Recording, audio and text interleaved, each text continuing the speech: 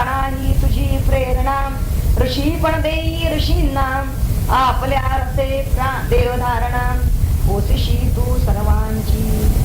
त्या ऋषींची वैशिष्ट्य कशी छान सांगितली पाहिजे. त्याग, तपस्या, उज्ज्वल लोकसंग्रह, वत्सल, निष्ठा, वैराग्य, निर्मल, सत्य, हे या सगळ्याला ऋषीपण. मंत्र नववा बघू. हे प्राण हे परमेश्वर इंद्र तूची सुरेश्वर. म्हणजे या लोकांनी आचार्यांचं भाष्य निश्चितपणे अभ्यासलेलं आहे. हे प्राण हे परमेश्वर इंद्र तूची सुरेश्वर उग्र तेजे संहार रुद्र रूपे करीसी तू. धरून दयाळू सौम्यता विश्वाओसी संरक्षिता विराट रूपे परमपिता विश्वाचा या तूच होशी. अंतरिक्षी करीसी भ्रमण ग्रह परिवारा घेऊन निर्मिसी गूढगण प्राणदेवा सूर्य रूपे. तारे चमकती अपार तूच त्यांचा पालनहार वर्णवेना खरोखर महिमा तुझा वाणी. मंत्र लावा. पर्जन्य रूपे प्राणदेवा करिता भुवरी वर्षावा योग्य प्रकारे ते नवा पृथ्वी सारी आनंदते. अवनीतली प्राणीजात तुझी प्रजा समस्त होते स्वमनीय हर्षित यथा काल या त्या वर्षावे. म्हणती ते आनंदुनी बरे नाता सारी धरणी धनान्याच्या समृद्धी तुझे चिंता कशाची. मंत्र 11.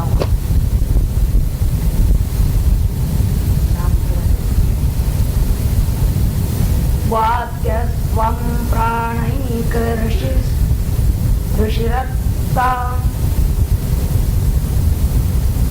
विश्वस्य सत्पतिः वयमाद्यस्य दातरा दातार पिता च पिता त्वं मातरीश्वरः.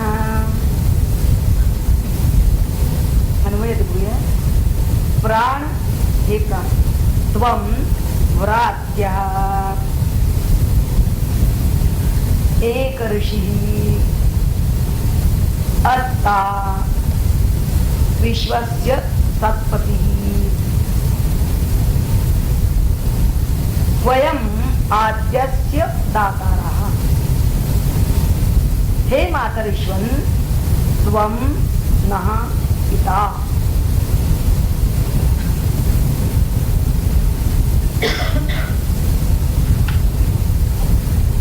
अर्थ बघूया. हे प्राणा तू व्रात्य म्हणजे संस्कार रहित अर्थात स्वाभाविक शुद्ध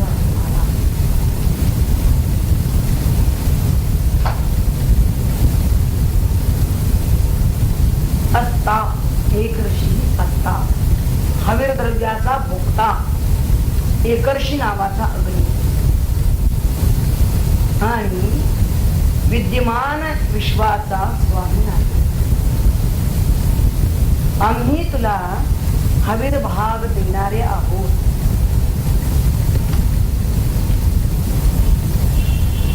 हे वायुक्त्या तू आमचा पिता आहे.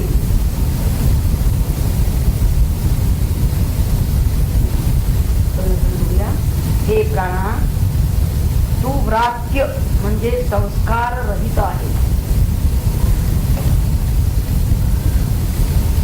तू आता संस्कार रहित का? संस्कार का होऊ शकले नाही? कारण तू सर्वांच्या प्रथम उत्पन्न झालेला आहे म्हणून तुझा संस्कार करणारा कोणी नाही.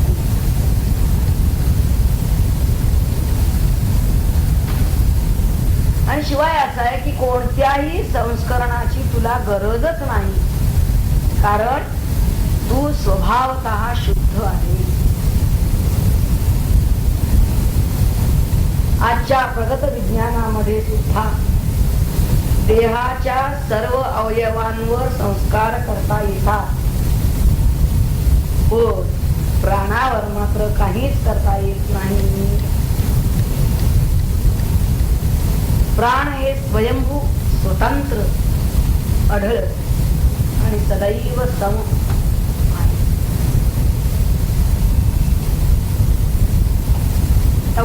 व्रात्य म्हणजे व्रती असा सुद्धा अर्थ होतो. एखाद्या व्रतीप्रमाणे प्राणाचं कार्य सुरू असते. प्राण हा प्रविष्ट झाल्यापासून प्राणत्याग होईपर्यंत प्राणाचं शरीर संचलनाचं कार्य शक्ती संचलन, शरीर म्हणजे शक्ती संचलन म्हणजे शक्तीचा संचार होतो त्या शरीरामध्ये प्राण प्रविष्ट झाल्यानंतर, आणि ते कार्य केव्हाही बंद पडत नाही. प्राणत्याग होईपर्यंत ते कार्य अखंड चालूच असते, किंवा त्याच्यामध्ये काही कमी जास्त भाग होऊ शकत नाही.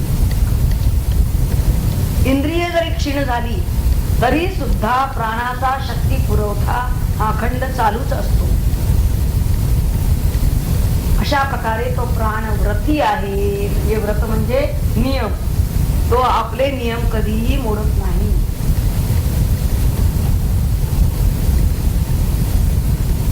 तसंच प्राण हा एकच खरा ऋषी आहे. ऋषी म्हणजे जाणारा, ऋष शब्द आहे म्हणून धातू, जाणे असा त्याचा अर्थ आहे. या शरीराला इकडून तिकडे हालचाल करायला लावणारा कोण असेल तर प्राणच आहे. प्राणाशिवाय क्रिया होऊ शकत नाही.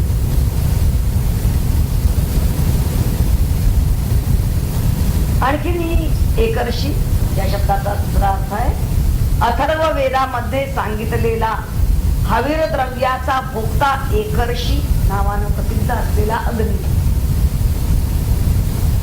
म्हणजे हा प्राणच आहे. तोच आत्ता, आत्ता याचा अर्थ म्हणजे भक्षण करणे, तोच सर्व भक्षक आहे.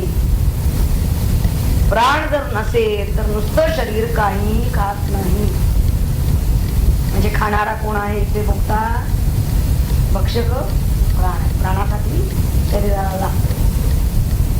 पण म्हणतो ना प्राणधारणेसाठी आम्ही जेवतो वगैरे. आत्ता याचा अर्थ उपभोग घेणारा असा सुद्धा होतो. प्राण हाच खरा उपभोक्ता आहे. प्राणरहित शरीर जर असेल तर ते कोणताच भोग घेऊ शकत नाही.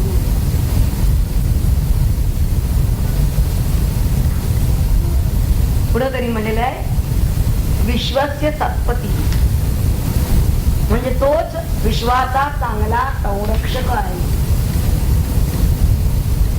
प्राणाचा सर्वत्र संचार असल्यामुळे विश्व सुरक्षित आहे. आता हा विग्रह विश्वस्य सत्पती असा न करता सद्विश्वस्य पती असा जर केला तर विद्यमान विश्वाचा स्वामी असा अर्थ होतो.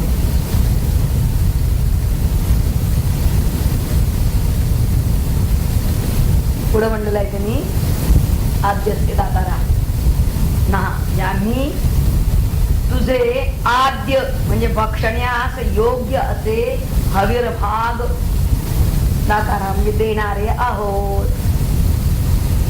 आद्य हा शब्द विशिष्ट अर्थानं आलेला आहे. आद्य म्हणजे भक्षण करण्यास योग्य असे हवीर भाग. आणि शेवटी म्हणलेलं आहे हे मातरिश्वा. मातरिश्वा म्हणजे वायू पित्या, वायूचा पिता म्हणजे मातरिश्वा. तूच आमचा पिता आहे. पालन करतो तो पिता. या दृष्टीनं प्राणच आपले पालन करीत असतो. प्राणाला इथं वायूचा पिता म्हणलेला आहे त्यांनी. म्हणजे जिथे प्राण नसतो तिथे वायू सुद्धा असू शकत नाही. वायूची उत्पत्ती ही आकाशातून झालेली आहे. आकाशात वायू म्हणून आकाश हा वायूचा पिता ठरतो. आणि आकाश हे सर्वव्यापी आहे. म्हणून प्राणाचे सर्व व्यापकत्व दाखवण्यासाठी त्याला इथे मातरिश्वा असं संबोधन वापरलेलं आहे. प्राण हे सर्व व्यापक आहे. आकाशात सर्वगत आहे ते सांगायचे.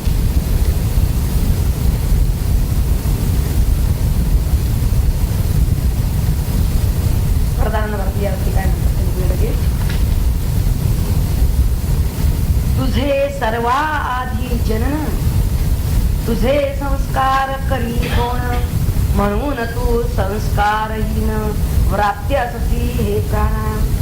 करून सलगी दिटाईने, बोललो हे विनोदाने, पहावे त्या कौतुकाने, क्षमा व्हावे प्राणदेवा. अथर्ववेदी जयासी, अग्नी म्हणती करशी, प्रभो प्राणा तो तू अससी, आविर्भागांचा भोगता जो. सशक्त प्रेमळ उदार, श्रीमंत कीर्तिमंत चतुर, दक्ष रसिक मनोहर, कौतुकाने पाहणारा. असा असावा निजपती, रमणींना वाटते चित्ती, तसा तू या जगाप्रती पती शोभती प्राणदेवा. आम्ही तुझी सेवा करीतो, हवी तुझी समर्पितो, तुझी या विषयी वाटतो आम्हा प्रती प्रेमादर. हे प्राणा तू आमुचा पिता, वायूचाही तूच जनिता, भ्रमण करीशी समर्था अंतरिक्षी अंतराळी. मंत्र 12वा.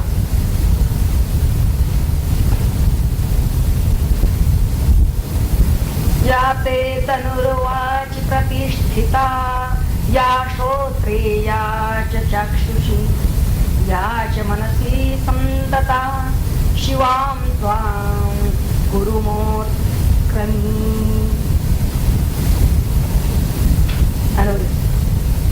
या ते तनु वाची प्रतिष्ठिता, या श्रोत्रे च, या चक्षुषी, या च मनसी संतता, तां शिवां कुरु मा उत्क्रमी. अर्थ बघूया. जी तुझी तनु, या ते तनु. आता जी तुझी तनु म्हणजे काय, ते तुझे रूप. वाची प्रतिष्ठिता, मी वाणी मध्ये प्रतिष्ठित आहे. या श्रोत्रे जे कानात, या चक्षुषीच जे डोळ्यात, आणि याच मनसी संतता, आणि ते मनात सतत स्थित आहे. प्रतिष्ठिता ते कल्याणमय कर, म्हणजे कायम ठेव. मा उत्क्रमी म्हणलं ना तरी, किती काय म्हणलंय, मा उत्क्रमी म्हणजे त्याचे उत्क्रमण करू नकोस, त्याला वर घेऊन जाऊ नकोस.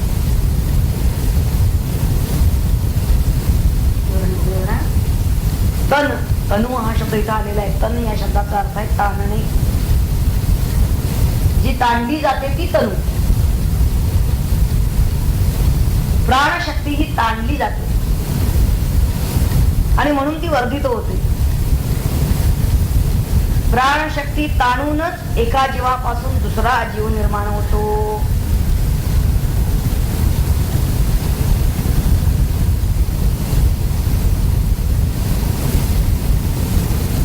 आईपासून दुसरा गर्भ बनतो. प्राण ताणूनच नवीन प्राण उत्पन्न होतात. प्राणाचं हे रूप जसं वाणीमध्ये आहे तसंच ते डोळ्यात, कानात, मनात सातत्यानं आहे. दैव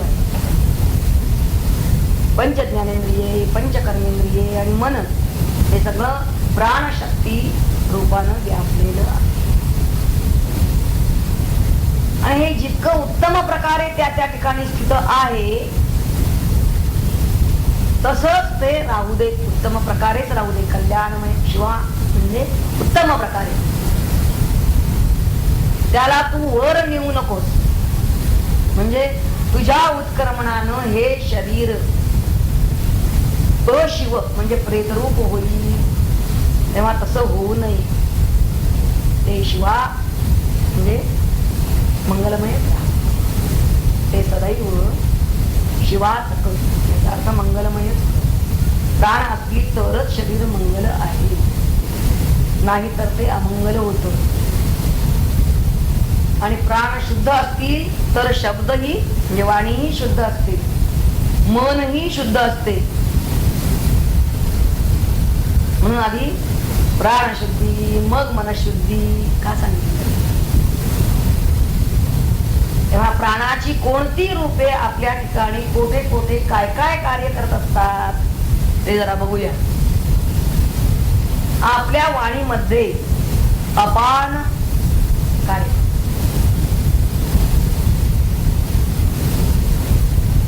कानावर ध्यान नियंत्रण, डोळ्यांवर प्राण आधिपत्य करतो आणि मनावर मनामध्ये समान वास करतो. आणि कारण देहामध्ये उदान असतो. प्राणाच्या जोरावरच आपली इंद्रिये कार्य करतात. आपल्या मनाचे सर्व व्यापार प्राणशक्तीवरच चालतात. तेव्हा प्राणाचं जर उत्क्रमण झालं तर देह अमंगल होतो.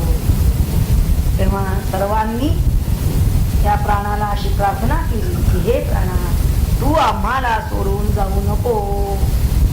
आम्हाला जे जे मिळेल ते सगळं आम्ही तुला अर्पण करू.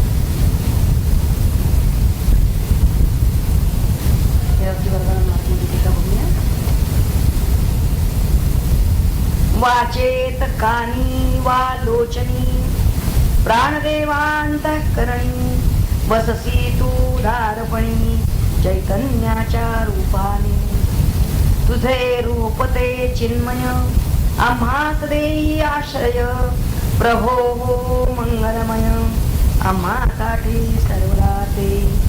शुभ पावन कल्याणकारी स्वरूपे आम्हा गीतरी. सदा सर्वदा वास करी कृपावंता प्राणदेवा.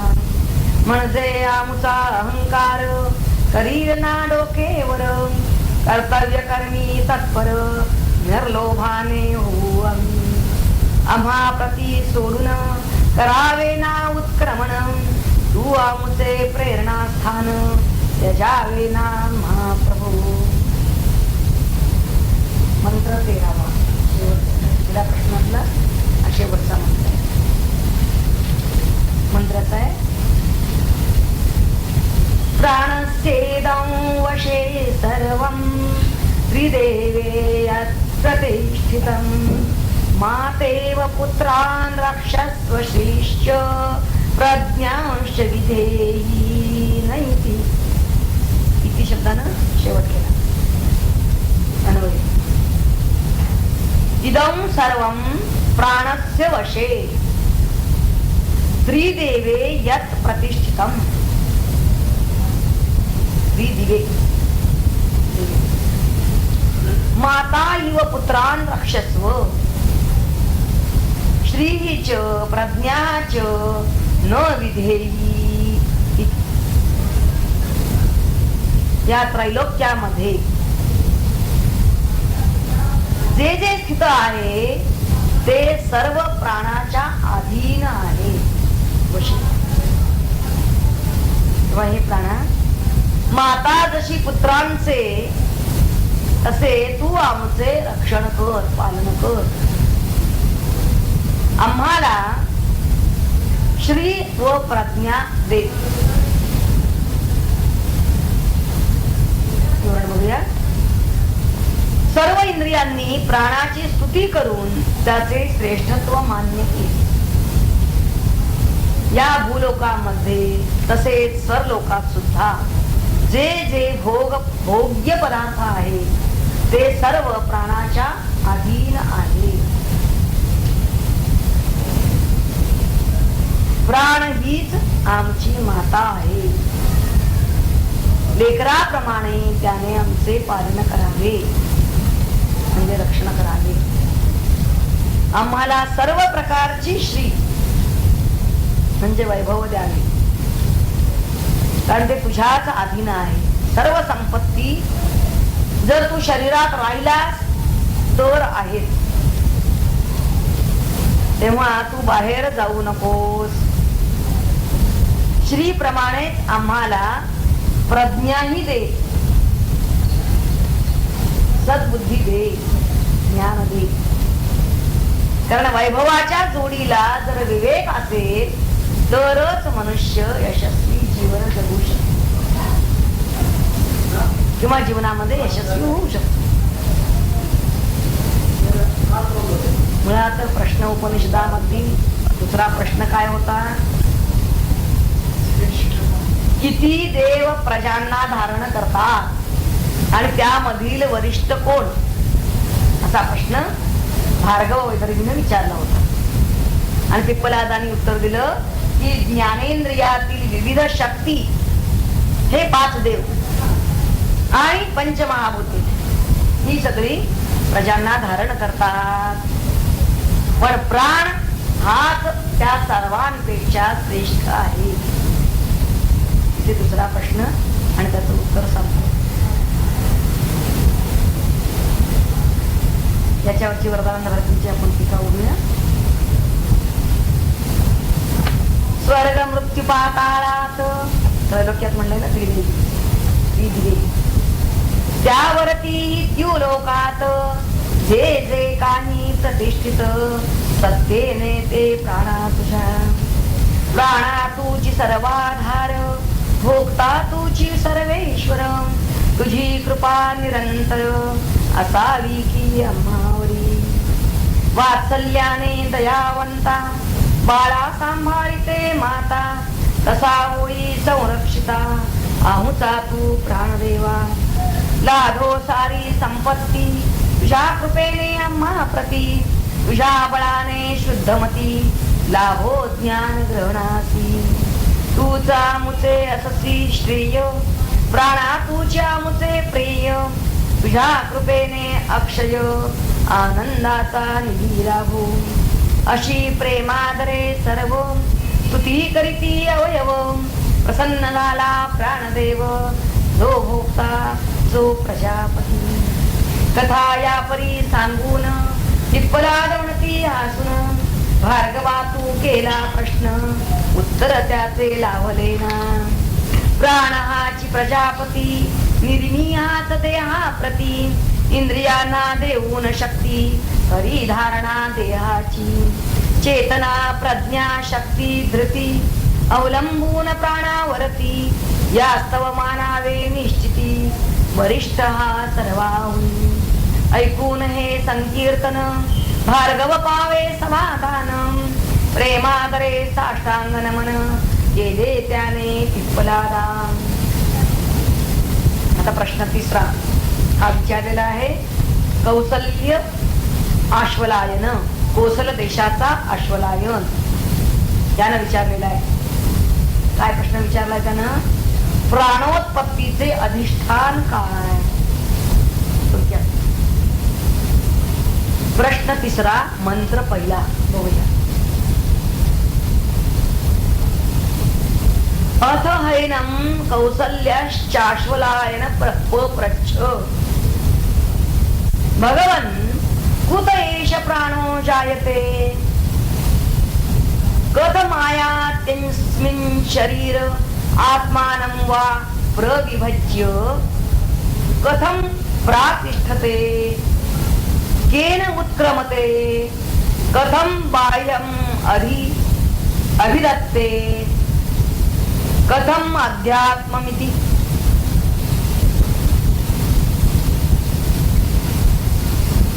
एक म्हणता म्हणता 5 प्रश्न एकदम विचारले. अन्वयादी बघूया. अथ ह एनं कौसल्या आश्वलायनः पप्रच्छ.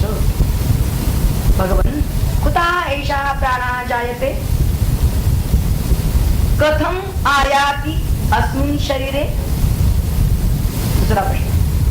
तीसरा है आत्मानं वा प्रविभज्य कथं प्रातिष्ठते. चौथा प्रश्न केन उत्क्रमते. सातवा प्रश्न कथं बाह्यं अभिधत्ते आणि कथम अध्यात्मम. अर्थ बघूया आधी वाच्यार्थ. अथ म्हणजे नंतर. नंतर म्हणजे दुसरा प्रश्न होऊन गेला भार्गव वैदर्भीचा, त्याचं उत्तर पिप्पलादाने दिल्याच्या नंतर. एनम यांना म्हणजे त्यांना पिप्पलाद मुनींना कौसल्या म्हणजे कौशल देशाचा आश्वलायन पप्रच्छ विचारू लागला. भगवन कुतः एषः प्राणः जायते, कोणत्या कारणापासून हा प्राण उत्पन्न होतो आणि उत्पन्न झालेला हा आयाती आलेला हा अस्मिन शरीरे कथम, कोणत्या विशेष वृत्तीने या शरीरात राहतो, म्हणजे याच्या शरीर ग्रहणाचं निमित्त काय.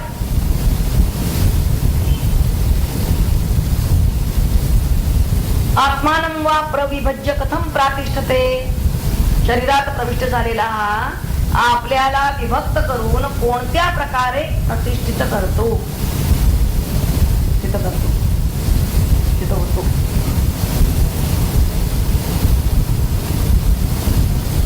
केन उत्क्रमते, कोणत्या विशेष वृत्तीने या शरीरातून उत्क्रमण करतो. बाह्यम अधिदत्ते अध्यात्मम कथम कथम, म्हणजे बाह्य म्हणजे अधिभूत आणि अधिदैव यांचे तो कसे धारण करतो आणि अध्यात्माचे कसे धारण करतो.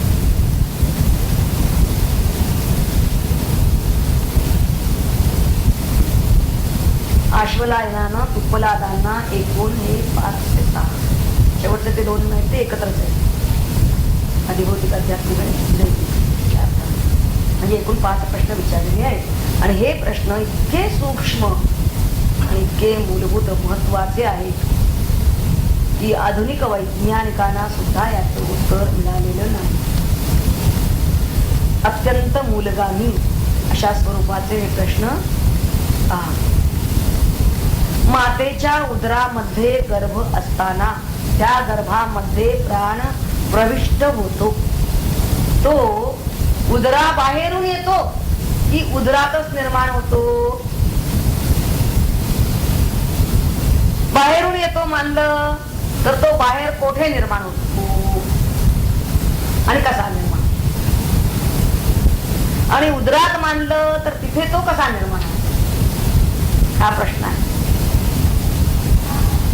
तेव्हा प्राण कोठून उत्पन्न होतो किंवा होतात आणि तो शरीरात प्रवेश कसा करतो हे आधुनिक शास्त्रज्ञानाने अजून कळलेलं नाही. पिप्पलाद मुनी काय उत्तर देणार आहेत ते मात्र आपल्याला महत्वाचं आहे, उत्सुकता आहे त्यासाठी. शिवाय पुढे त्यांनी विचारलंय की तो शरीरातून जातो कसा, हेही वैज्ञानिकांना अजून कळलेलं नाही. शरीरात प्राणच 5 प्रकारे स्वतःला विभागून घेतो. प्राण अपान व्यान उदान समान. ते कशा प्रकारे तेही कळत नाही. प्राणाचा देहाशी देहाबाहेरील विश्वासी अतूट संबंध आहे आणि तो कशा प्रकारे पद्धतीनं प्राणानं राखून ठेवलेला आहे हेही कळत नाही. किंवा क्रियाशीलतेचा हा प्रेरक असा प्राण शरीरापासून अलग कसा होतो. त्या निघून जातात, सर्व क्रियाशीलता संपुष्टात येते. हे कसं होत हेही उमगत नाही. या प्रश्नांची उत्तर मानवी बुद्धीला आकलन होत नाही, सामान्य बुद्धीला आकलन होत नाही. जी बुद्धी बहिर्मुख आहे तिला त्यांची उत्तर शोधता येत नाही. ज्यांची बुद्धी सूक्ष्म झालेली आहे त्यांनाच याची उत्तर कळणार आहे. आपण यावरचा आधी तुकाराम महाराजांची टीका बोलूया. थोडे पुढती सरून कौसल्य तो आश्वलायन विचारित ते तिसरा प्रश्न इप्पलादा विनयाने. ऋषीवर्या आपणा प्रत ज्ञान विज्ञान जोडती हात आताच आपण कठिलेत श्रेष्ठत्व या प्राणाचे. त्याचे विषयी थोडे अधिक भगवन कथावे आणिक वक्तृत्वा फुले मार्मिक.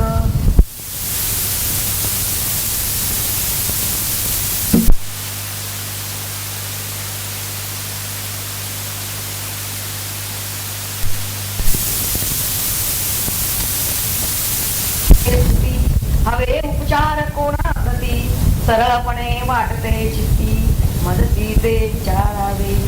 बरे म्हणे आश्वलायन प्रश्न विचारीच वंदन. महाराज जो कथिला प्राण जन्म त्याचा होतो कुठे.